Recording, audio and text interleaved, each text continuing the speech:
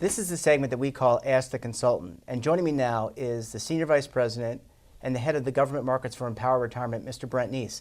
Brent, as always, the floor is yours. Thank you, Jeff, and thank you so much for giving me the opportunity to turn the tables and ask you questions. It's not fun, I can tell you. So lots going on around public policy and retirement readiness in this country, and it's really refreshing to have so much publicity around these important topics of coverage for Americans and retirement readiness as we go into the 2016 presidential election. Can you give me Jeff Snyder's or CAMAC's perspective on this debate and what the role of government is in providing coverage to the American workforce? Brent, thank you so much for that question. I think we've spent the last 7 or 8+ years talking about the Affordable Care Act and medical and healthcare. And healthcare is an important conversation, and you can argue on either side of the issue whether what was passed makes sense.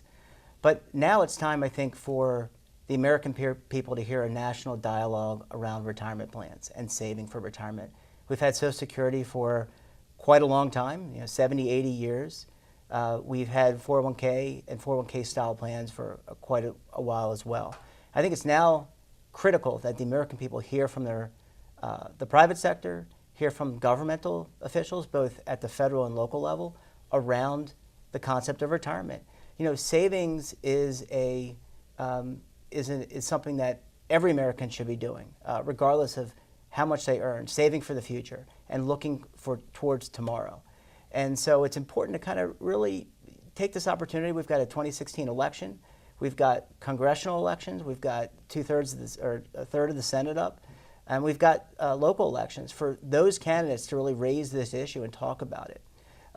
We know that many of the states have passed legislation to provide retirement capabilities for those that are not covered by qualified retirement plans. But I do believe, and I think we do believe at CAMAC, that much more needs to be discussed in the national conscience. So I'm hopeful, and this is January, so we have plenty of time for the candidates to get out on the campaign trail to talk about this issue. And I'm buoyed, I'm bullish, because I heard the President's State of the Union address, which he talked about portability. He talked about these issues. So I think we're hopeful that this gets raised in the national conscience and we can talk about it because we need to get more people saving and looking long-term at their future rather than just consuming.